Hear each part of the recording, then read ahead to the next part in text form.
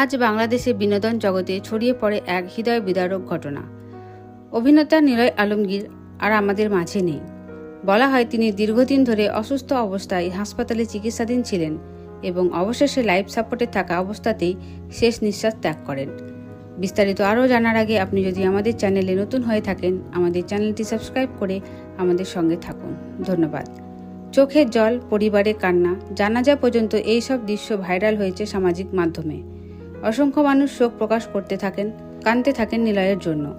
কিন্তু বাস্তবতা হলো এটি সম্পূর্ণ মিথ্যা, গুজব ও বিভ্রান্তিকর একটি ভিডিও।